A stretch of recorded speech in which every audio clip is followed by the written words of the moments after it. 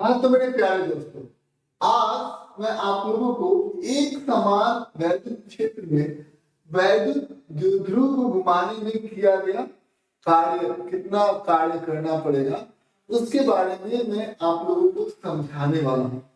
तो सबसे पहले देखिए, इसको हम लोग सबसे पहले हम लोग उसको प्रूव करेंगे, हम साबित करेंगे।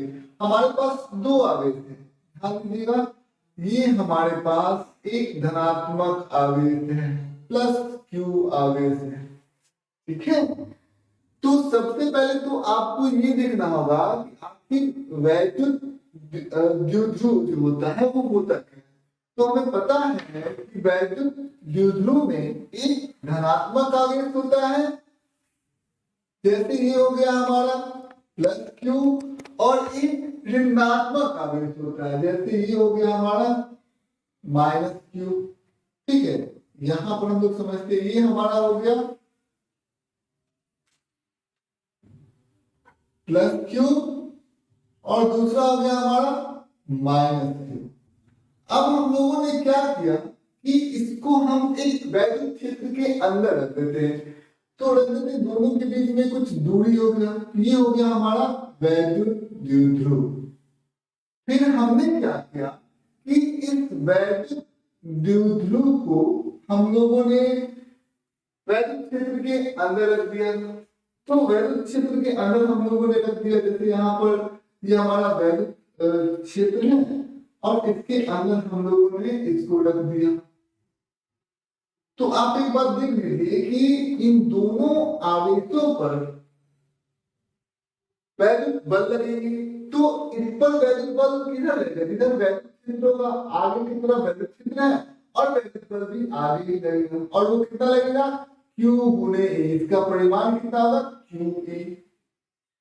अब यहाँ पर क्या होगा, यहाँ पर भी हमें वैद्युत बल लगेगा, उसकी दिशा क्या होगी, इधर वैद्युत क्षेत्र होगा उसकी विपरीत दिशा में, और उसका भी परिमाण क्या, परिमाण की बात करें तो दोनों समान होगा Q गुने वैद्युत क्षेत्र, क्योंकि वैद्युत क्षेत्र क्या है, एक समान वैद्युत क्षेत्र है, यानी कि यूनिफॉर्म है।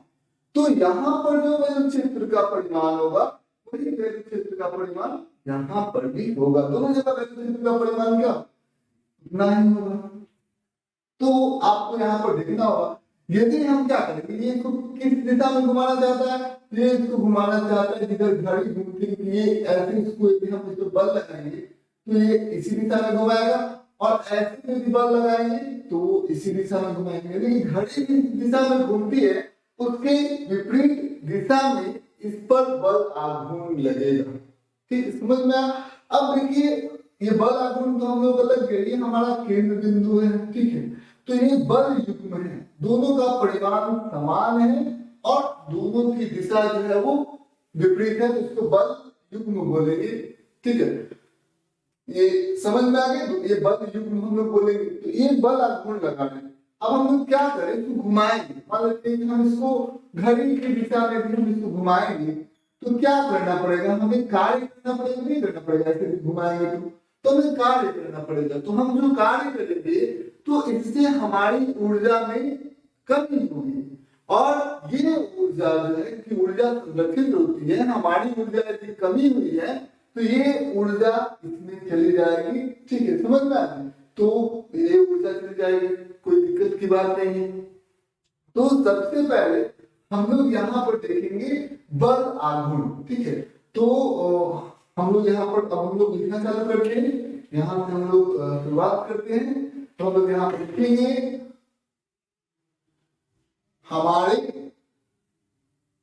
हमारे पास एक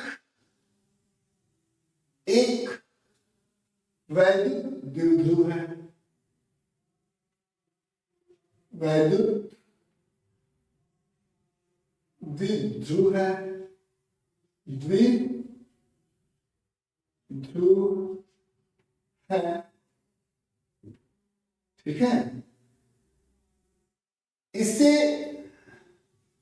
इसे हमने क्या किया है, इसे हमने एक समान वैद्युत वैद्युत एक समान वैद्युत क्षेत्र के अंदर रख दिया है, के अंदर रख दिया है, रख दिया है, दिया है। इसे हम लोगों ने एक समान वैद्युत क्षेत्र के अंदर रख दिया है, कोई दिक्कत की बात नहीं है, ठीक है।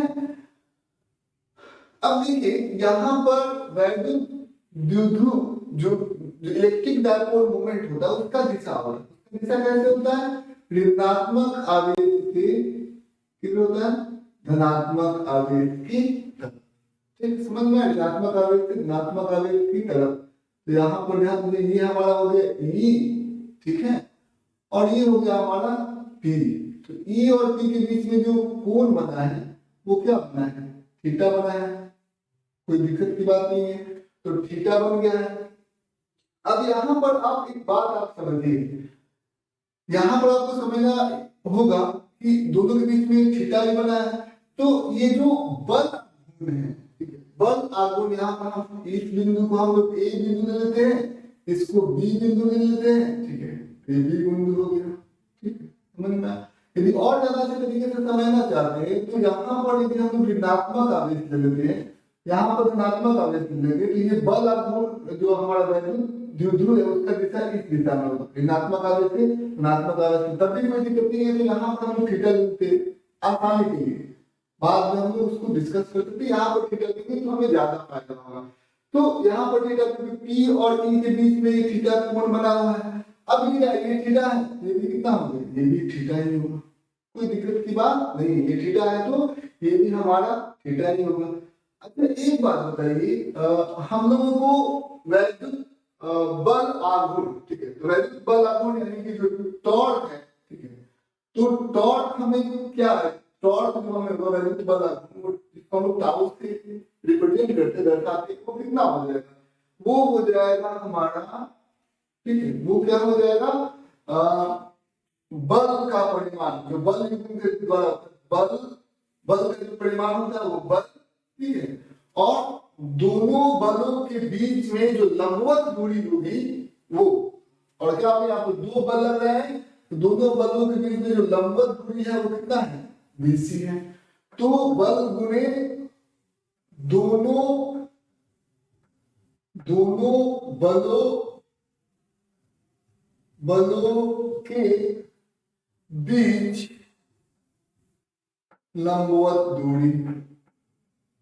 लंबवत दूरी, तो ये चीजें आपको ध्यान से समझना।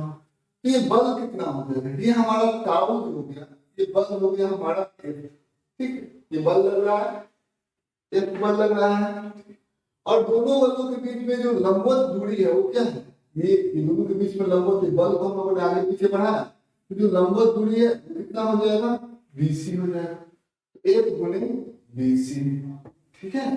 तो हम लोग लिख सकते हैं कि जो त्रिभुज एबीसी में हम लोग क्या लिखते हैं, एबीसी में हम लोग को बीसी चाहिए, तो बीसी हम लोग कैसे लिख सकते हैं, बीसी हम लोग लिखेंगे साइन थीटा, क्योंकि हमें ये बीसी पता है, तो साइन थीटा बराबर क्या होता है, परपेंडिकुलर, लंब कितना है, बीसी बटा कट कितना है, 2a, तो बीसी बटा 2a लिख सकते हैं। तो हम यहाँ पर ध्यान दीजिएगा, बीसी बराबर कितना लेगा हम लोग, 2a sin theta, 2a sin theta हम लोगों ने लिख दिया, ये हमारा बीसी हो गया। तो अब हम लोग क्या लिख सकते हैं, हमारे पास टॉर्क बराबर कितना है, यदि हम लोग टॉर्क की बात करें, तो टॉर्क की यदि हम लोग बात करें तो टॉर्क बराबर कितना है, देखिए तो टाउ बराबर यदि हम लोग बात करें तो क्या है, F गुणे BC है, F गुणे BC है, तो F कितना है, F को समझिए, F बराबर कितना हो गया, QE, ठीक है, तो QE ले लेते हैं, QE, और BC की जगह पर हम लोग क्या लिख सकते हैं, 2a sin theta, 2a sin theta, ठीक है, तो 2a sin थीटा हमारा हो गया। तो इसमें जब ध्यान से देखिए, Q गुणे 2a, ये क्या होता है, ये हमारा विद्युत द्विध्रुव जो इलेक्ट्रिक डायपोल मोमेंट होता है जिसको हम लोग p से दर्शाते हैं उसका परिमाण होता है। तो q गुणे 2a, तो q गुणे 2a को हम लोग p लिख देते हैं, ठीक है। और p e sin theta, p sin theta ये हमारा क्या हो गया, टॉर्क हो गया। कोई दिक्कत की बात नहीं है, तो p sin थीटा हो गया, ये हमारा टॉर्क हो गया। अब देखिए टॉर्क तो हम लोगों ने निकाल दिया, तो हमें जो कार्य करना पड़ेगा, जैसे आप जानते हैं वर्क बराबर क्या होता है, फोर्स गुणे विस्थापन, ठीक है। स्मॉल वर्क एफ डीएस होता है, यही ना होता है, छोटा जो वर्क होता है वो एफ डीएस होता है। तो इस चीज को आपको समझना होगा, ये छोटा वर्क। तो यदि हम यहाँ पर यदि मान लेते हैं कि टॉर्क के केस में, ठीक है, टॉर्क के केस में यदि हम लोग बात करें तो एफ को हम लोग क्या लिख सकते हैं, टाउ डी थीटा, ठीक है। तो टाउ डी थीटा जो विस्थापन होता है उसको हम लोग एंगुलर डिस्प्लेसमेंट हम लोग लिख सकते हैं। तो डीएफ की जगह पर क्या होता है, डी थीटा हो गया, और बल की जगह पर क्या होता है, बल आघूर्ण हो गया, टाउ हो गया। तो यही वर्क होता है जब हम किसी भी चीज को घुमाते हैं, तो ठीक है हमें इतना काम करना पड़ेगा। तो हम यहाँ पर लिख सकते हैं, हम जानते हैं, हम जानते हैं, क्या जानते हैं, हम जानते हैं। और जो हम जानते हैं वो यह है कि जो हमारा वर्क होता है डी डब्ल्यू क्या होता है, ये टाउ डी थीटा होता है, ठीक है। टाउ को हम लोगों ने पी साइन थीटा निकाल दिया है, तो अब हम यहाँ पर लिखेंगे टाउ वर्क बराबर कितना हो जाएगा, P E sine theta D theta, ये भी हो गया, ठीक है, समझ में आ गया। अब हमको क्योंकि हमको वर्क चाहिए, वर्क चाहिए, तो वर्क चाहिए तो हमको डी डब्ल्यू छोटा वर्क है, तो हम लोग क्या करेंगे, समाकलन करेंगे, ठीक है। तो समाकलन हम लोग कर देते हैं यहाँ पर, तो यहाँ पर हम लोगों ने समाकलन किया इसका डी डब्ल्यू का, तो कितना हो गया, P E sine theta D theta हो गया। यहाँ पर हमें क्या कार्य कितना करना पड़ेगा, तो यहाँ पर हम लोग कार्य कितना करेंगे, एंगल जो होगा हमारा थीटा होगा, मतलब शुरुआती जो आरंभिक एंगल होगा वो थीटा।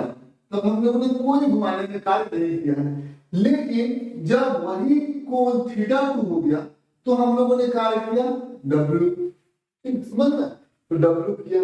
तब एक बात बताइए, यहाँ पर आपको ध्यान से समझना होगा कि जो हमारा P है, ठीक है, P क्या है, Q गुने 2a, तो क्या Q गुने 2a को घुमा रहे हैं हम, इस पोजीशन से इस पोजीशन तक लेके आए, तो क्या Q गुने 2a जो है उसका मान बदलेगा क्या, जो परिमाण होगा डायपोल मोमेंट का वो परिमाण बदलेगा, तो ये नहीं बदलेगा। वैद्युत क्षेत्र का मान जो है, वैद्युत क्षेत्र क्या होता है, एक समान है, तो उसका जो मान है वो बदलेगा क्या, वैद्युत क्षेत्र का मान भी नहीं बदलेगा, क्योंकि एक समान वैद्युत क्षेत्र है वो भी नहीं बदलेगा, उसका परिमाण भी नहीं बदलेगा। अब क्या हो रहा है, जो कोण है, कोण है, जैसे आप इसको घुमाएंगे तो घुमाएंगे तो मान लेते हैं कि 60 डिग्री है, ठीक है, तो जो आपका ई है, ई तो ऐसे ही रह जाएगा, लेकिन जो ये मान लीजिए प्लस क्यू है और ये माइनस क्यू, लेकिन इसको और ज्यादा यदि आप घुमा दीजिएगा, ठीक है, प्लस क्यू हो गया माइनस क्यू हो गया, तो इसको और ज्यादा आप घुमा दीजिएगा, ठीक है, तो मान लीजिए आपने ऐसे घुमा दिया, तो इसमें क्या होगा, जो P पहले ऐसे था तो P का दिशा बदल गया, ठीक है, P का दिशा बदल गया, वैद्युत ध्रुव का जो दिशा हो गया वो तो बदल गया, ठीक है। अब पहले यहाँ पर प्लस क्यू हो गया, तो जो थीटा पहले ये था, ई वही का वही रह जाएगा, ई तो बदल नहीं रहा, वैद्युत क्षेत्र तो बदल नहीं रहा, लेकिन क्या बदल रहा है, थीटा पहले था वो थीटा से अब यहाँ से यहाँ हो गया। समझ में आ गई, ये चीजें आपको ध्यान समझना होगा। ऋणात्मक आवेश से धनात्मक आवेश की तरफ होता है, ऋणात्मक आवेश से धनात्मक आवेश की तरफ होता है, तो जो पहले थीटा छोटा था वो थीटा क्या हो गया, बड़ा हो गया, क्योंकि ई नहीं बदल रहा है, लेकिन पी क्योंकि आप घुमा रहे हैं इसको, वैद्युत ध्रुव को घुमा रहे हैं, तो इससे पी भी तो घूमेगा ना, ठीक है, ऋणात्मक आवेश से धनात्मक आवेश तक तो दिशा होगा, तो हमारे पास जो कोण है वो बदल रहा है, तो डी थीटा है नहीं, तो हम लोग क्या करेंगे, डी डब्ल्यू का जब हम लोग समाकलन करेंगे तो वो डब्ल्यू हो जाता है, ठीक है, समझ में आया, डी डब्ल्यू का समाकलन डब्ल्यू हो गया, 0 से डब्ल्यू हो गया। अब यहाँ पर पी ई तो ये नियतांक है, तो उसको हम लोगों को कुछ करने की जरूरत नहीं है, साइन थीटा का जो हम लोग इंटीग्रेशन करेंगे ना वो हो जाता है माइनस कॉस थीटा, ठीक है, तो ये हो जाता है हमारा minus cos theta, cos theta ले लेंगे माइनस ले लेंगे, तो ये कितना हो जाएगा थीटा 1 से थीटा 2। ठीक, समझ में आया? अब हम लोग क्या करेंगे, अब हम लोग लिमिट रखेंगे। ठीक, तो लिमिट रखेंगे, यहाँ पर क्या रखेंगे, बड़ा वर्ग है W माइनस, इसको रखेंगे शून्य। सबसे पहले यहाँ पर थीटा की जगह पर थीटा 2 रखेंगे तो कितना हो जाएगा minus PE cos theta 2। Minus क्या हो जाएगा यहाँ पर PE cos थीटा 2, थोड़ा इधर लिख लेते हैं तो W माइनस शून्य, यहाँ पर W माइनस की यहाँ पर थीटा ले लेते तो माइनस PE cos थीटा 2। ठीक है, फिर बीच में हम लोग माइनस साइन लगा देते हैं, फिर क्या लिखेंगे PE cos थीटा 1, थीटा की जगह पर थीटा 1 की वही तो वैल्यू करेंगे, बदल रहा है कितना हो जाएगा minus of minus PE cos theta 1। ठीक है, तो इसलिए आपको ध्यान से ये वर्किंग बराबर कितना हो जाएगा minus PE cos theta 2 plus PE cos theta 1 हो गया। ये चीजें आपको ध्यान से समझना होगा।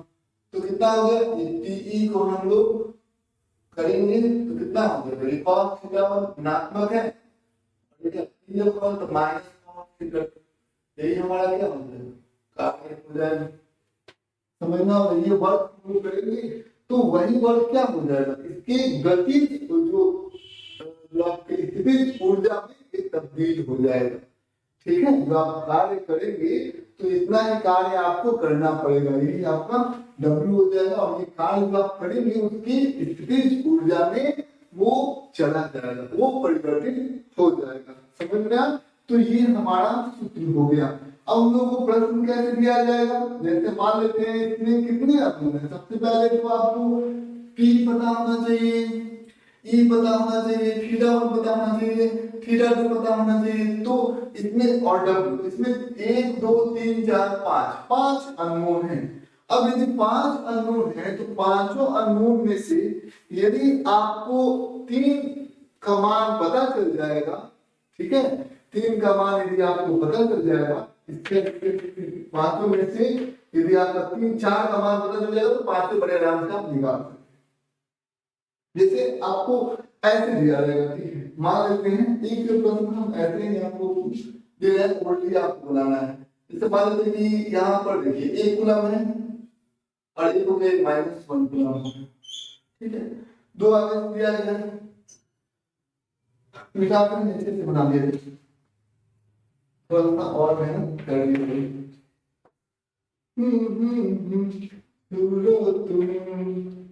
मेरा गीत अमर कर दो, बन जाओ गीत मेरी जीत अमर कर दो।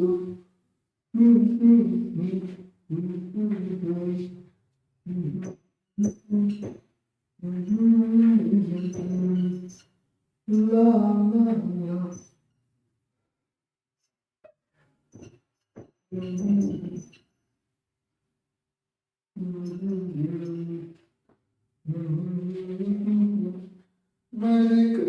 चलिए आप कुछ क्वेश्चन बनाते हैं तो हमारे पास क्या देखिए, हमारे पास दो तीन क्वेश्चन हम लोग सॉल्व करेंगे। सबसे पहले यहाँ पर एक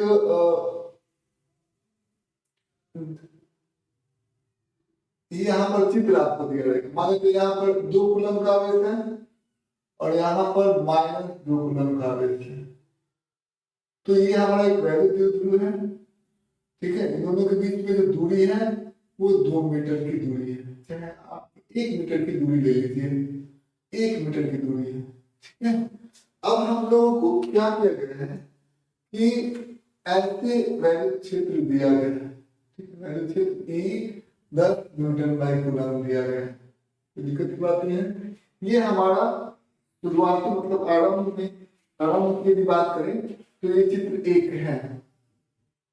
अब क्या किया गया है, इसको घुमाया और घुमाया गया, तो यहाँ पर आप देख सकते हैं जब इसको घुमाया तो इसको ऐसे कर दिया गया, 2 कूलम का आवेश है और ये कितना है -2 कूलम का आवेश।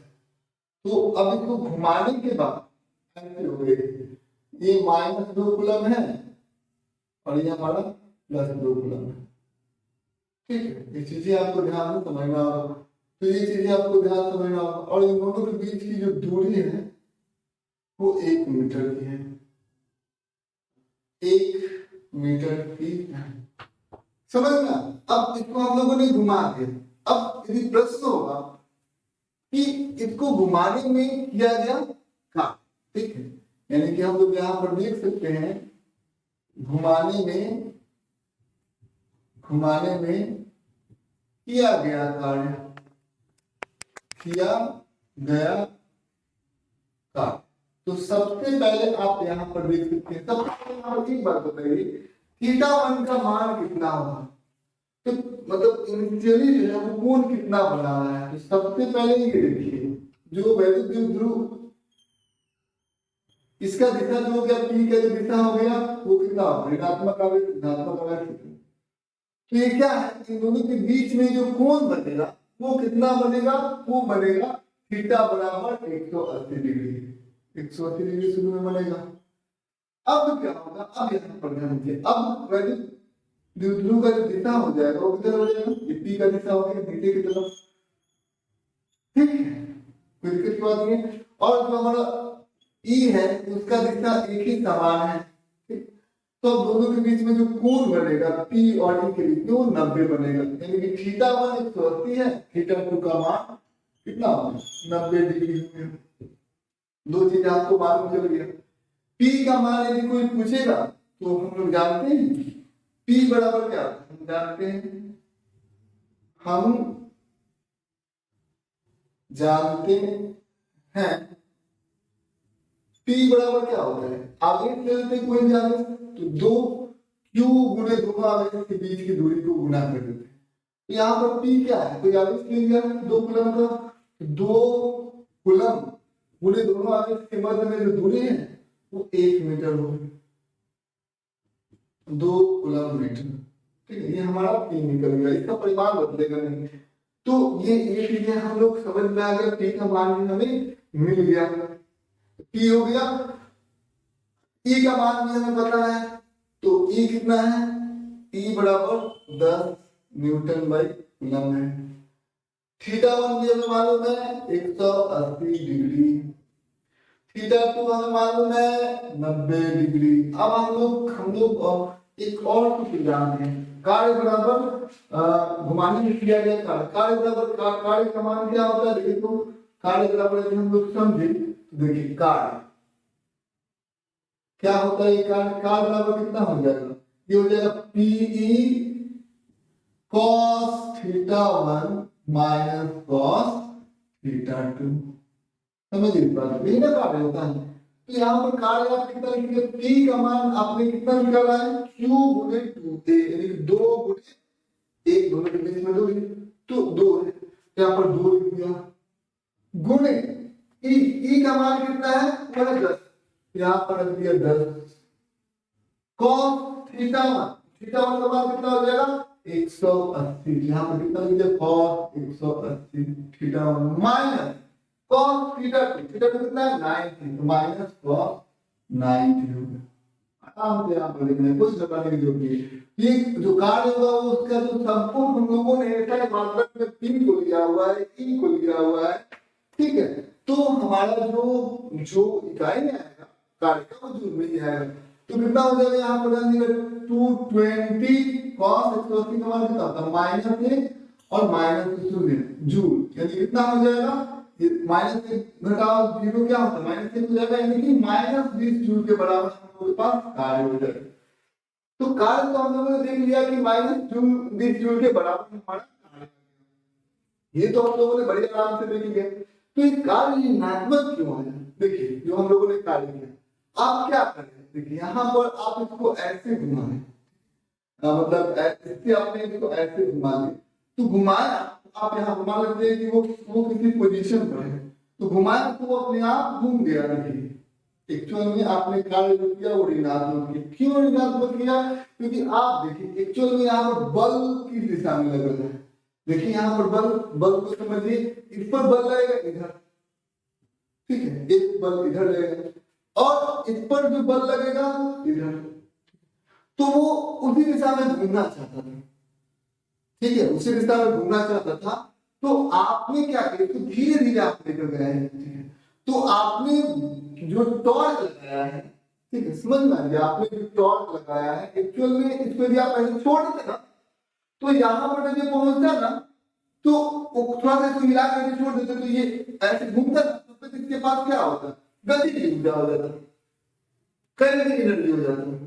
लेकिन जब आप इसको पकड़ के लेके जा रहे हैं तो इसके उतना ऐसा कार्य आप कर रहे हैं जिससे इस जो ऋणात्मक कार्य आप कर रहे हैं, ऋणात्मक कार्य क्यों कर रहे हैं, क्योंकि शुरू में भी क्या था, विराम में था, और बाद में क्या कर रहे हैं, विराम में रहने की उसके ऊर्जा को आप क्या कर रहे हैं, एक प्रकार से देखा जाए तो घटा रहे हैं, ठीक है, तो घटा रहे हैं, तो आप क्या करेंगे, आपके द्वारा जो किया गया कार्य होगा उस कार्य की वजह से इस जो सिस्टम है उसका ऊर्जा वो घटेगा, ठीक है, इसीलिए आपके द्वारा जो कार्य किया जाता है वो क्या है, ऋणात्मक हो गया, समझ में। तो ये चीजें आपको ध्यान से समझना होगा, क्योंकि ये इसको थोड़ा सा कुछ करके तो यहाँ पर आता है इमोशन होते हैं आपको, लेकिन आप इनको क्या करते हैं, रूप कर धीरे धीरे लेके आए, कोई दिक्कत नहीं है, ठीक है। तो इसीलिए जो कार्य हुआ ऋणात्मक आ गया, निगेटिव में आ गया, समझ में।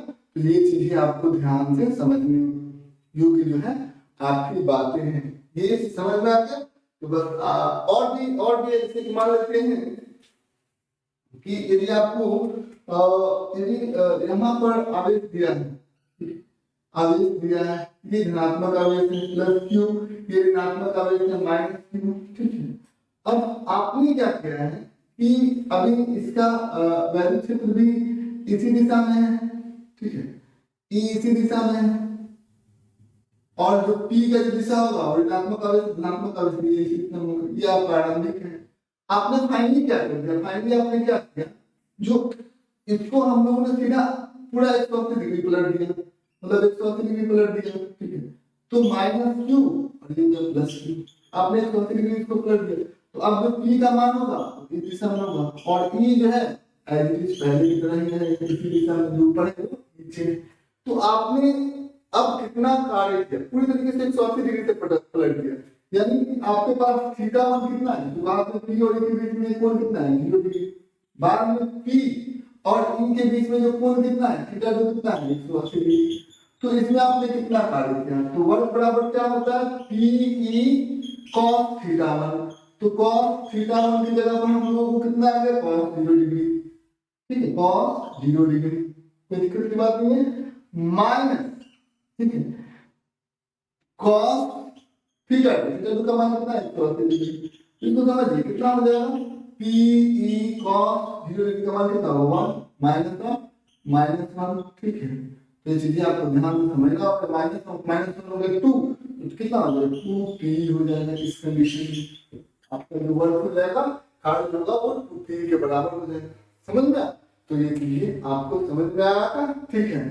उम्मीद करते हैं क्लास जो है वो इंफॉर्मेटिव हुई है, ठीक है। थैंक यू, आज के लिए बस इतना है।